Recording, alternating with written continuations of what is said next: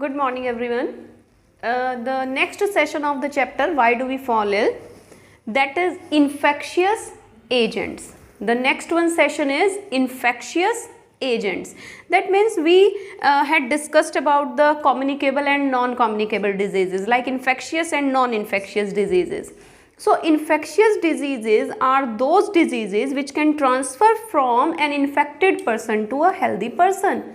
But what is the agent which is to be transferred from infected person to healthy person? So that agent is infectious agent.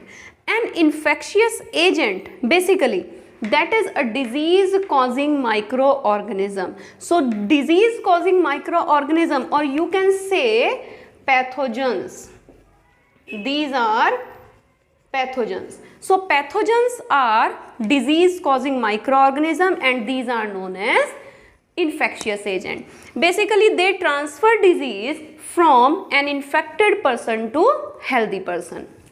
So these infectious agent has a category, and this category basically contain viruses, bacteria, fungi, some protozoans and worms. There are many viruses, many bacteria, many fungi, many protozoan and many worms are there which can transfer different diseases.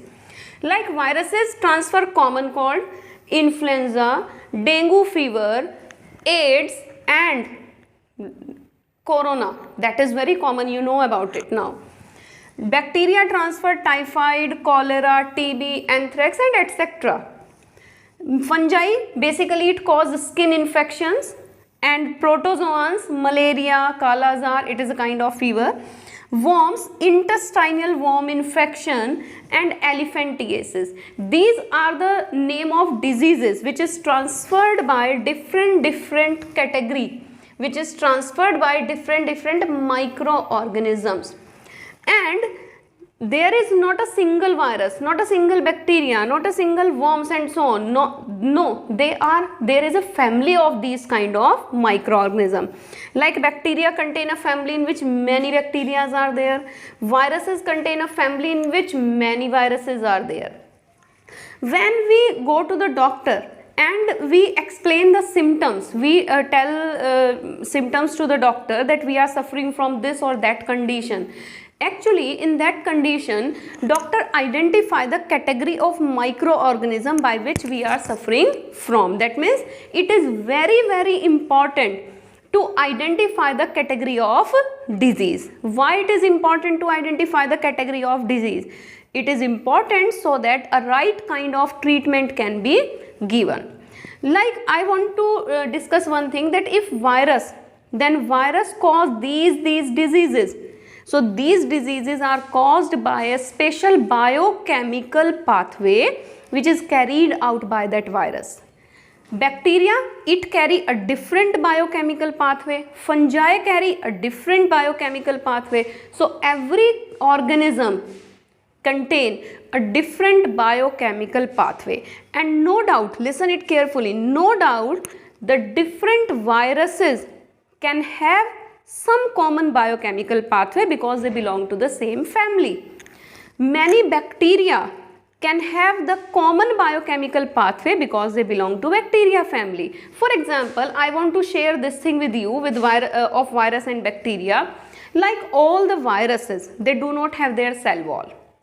And as you know that viruses are non-living if they are outside the body. Like bacteria, all bacteria prepare their cell wall. They are having a biochemical pathway in which they prepare their cell wall.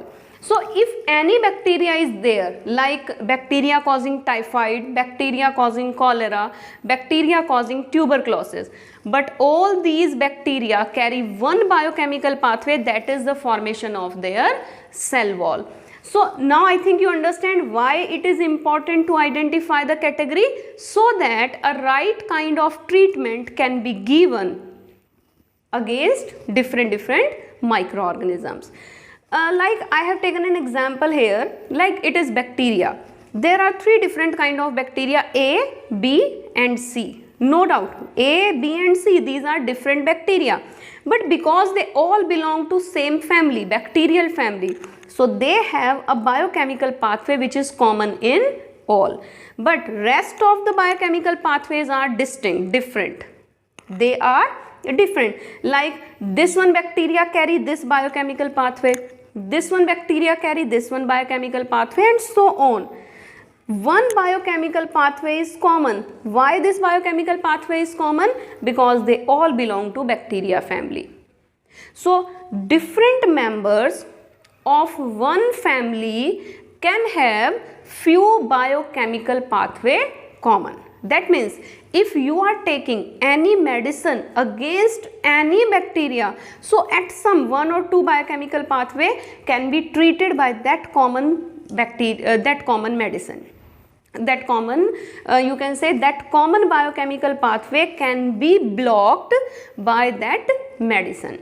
तो आप एक bacteria के अंदर जितने भी उस family के members हैं उनमें कुछ ना कुछ बायोकेमिकल पाथवे कॉमन होता है, because they belong to the same family. Like हम जिस फैमिली से बिलोंग करते हैं तो हम घर में जितने भी लोग हैं, name can be different but the surname will be same, so that is the common thing in us.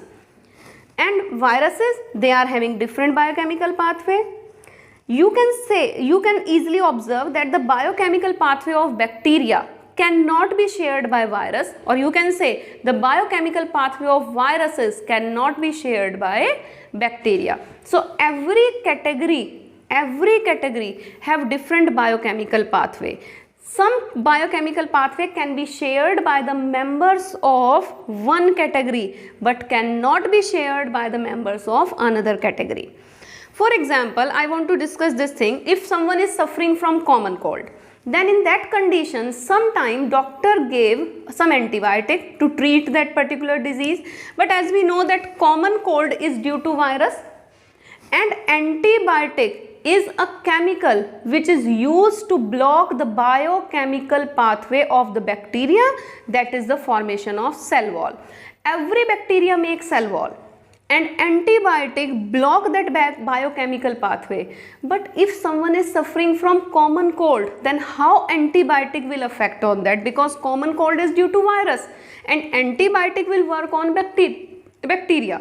So we can say that if antibiotic is providing relief in common cold, it means the person is suffering from bacterial as well as viral infection.